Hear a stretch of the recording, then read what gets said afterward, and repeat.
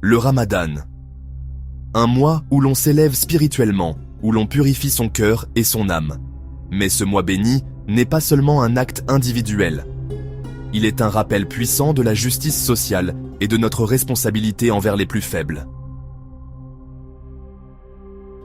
Allah dit dans le Coran, « Vous n'atteindrez la piété que lorsque vous dépenserez de ce que vous aimez, et tout ce que vous dépensez, Allah le sait parfaitement. » Sourate 3, verset 92.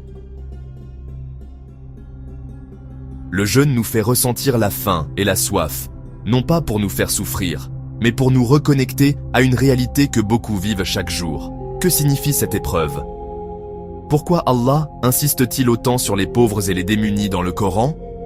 Et surtout, quel rôle avons-nous à jouer en tant que musulmans dans cette justice sociale? C'est ce que nous allons explorer ensemble. L'islam n'est pas une religion détachée des réalités de ce monde.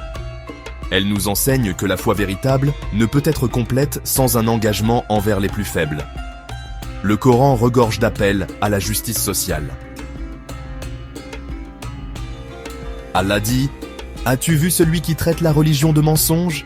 C'est bien lui qui repousse l'orphelin et qui n'encourage point à nourrir le pauvre. » Sourate 107, verset 1-3. Ce passage est un avertissement clair. Négliger les nécessiteux, c'est manquer à notre devoir de croyant. Le Ramadan est un mois où nous nous privons volontairement. Mais combien de personnes n'ont pas ce choix? Le jeûne nous éduque à l'empathie. Il nous pousse à comprendre et à agir. La justice n'est pas une option, c'est une obligation pour tout musulman conscient. Un autre verset puissant nous rappelle cette responsabilité. Et dans leurs biens, il y avait un droit pour le mendiant et le déshérité. Sourate 51, verset 19. Allah nous enseigne ici que ce que nous possédons ne nous appartient pas totalement, et que nous devons en partager une partie avec ceux qui en ont besoin. Le prophète a dit, « Le meilleur des hommes est celui qui est le plus utile aux autres », rapporté par At-Tabarani, authentifié par Al-Albani dans Sahih al-Jami'. Le Ramadan est l'occasion parfaite pour appliquer cet enseignement. Dans l'histoire de l'islam, les compagnons du prophète rivalisaient de générosité pendant ce mois béni. Ils donnaient sans compter, sachant que ce qu'ils offraient dans ce monde leur serait rendu multiplié dans l'au-delà. L'un des exemples marquants est celui de Ousmane ibn Affan, qu'Allah l'agrée, qui offrit un puits entier aux musulmans de Médine afin qu'ils aient accès à l'eau potable, un acte de charité dont la récompense continue encore aujourd'hui. Pourquoi donc sommes-nous incités à donner particulièrement durant le Ramadan? Parce que notre cœur est plus réceptif, plus doux, plus enclin à ressentir la douleur des autres.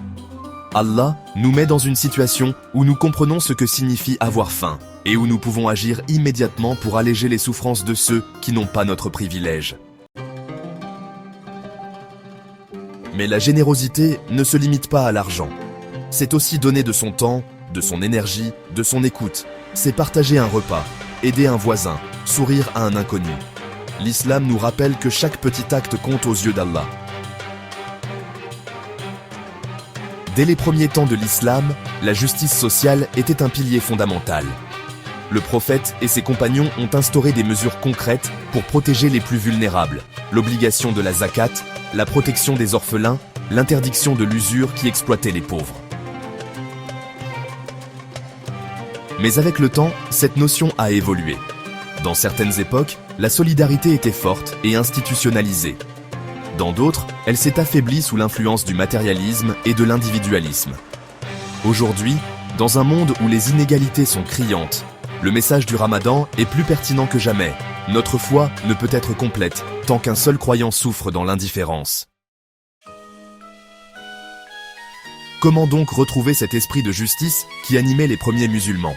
En revenant aux sources, en appliquant sincèrement les enseignements du Coran et de la Sunna, et en comprenant que nous avons un rôle actif à jouer dans ce monde. Les grands érudits de l'islam ont toujours insisté sur l'importance de la justice sociale. Ibn Taymiyyah disait « Le bien-être des sociétés repose sur la justice plus que sur l'abondance. » Cela signifie que ce n'est pas la richesse qui construit une nation forte, mais la manière dont cette richesse est distribuée. Al-Ghazali, dans son œuvre Ihya Ulum al-Din, expliquait que l'aumône est bien plus qu'un acte de charité, c'est une purification du cœur et une reconnaissance que tout appartient à Allah. Mais la justice ne se limite pas à donner. Elle implique aussi de se battre contre l'oppression, d'être une voix pour ceux qui n'en ont pas, de défendre les droits des plus faibles. Un musulman ne peut pas être un simple spectateur des injustices de ce monde. La justice sociale passe aussi par le commerce équitable, l'éthique dans les transactions et le respect des droits des travailleurs, autant de valeurs prônées par l'islam. Le Ramadan est une école. Il nous enseigne l'humilité, la patience, mais surtout la justice. Ce que nous apprenons durant ce mois ne doit pas disparaître une fois l'Aïd arrivé. Allah nous met à l'épreuve. Allons-nous seulement jeûner pour nous-mêmes ou allons-nous faire du Ramadan un tremplin pour devenir de meilleurs croyants, plus attentifs aux besoins des autres?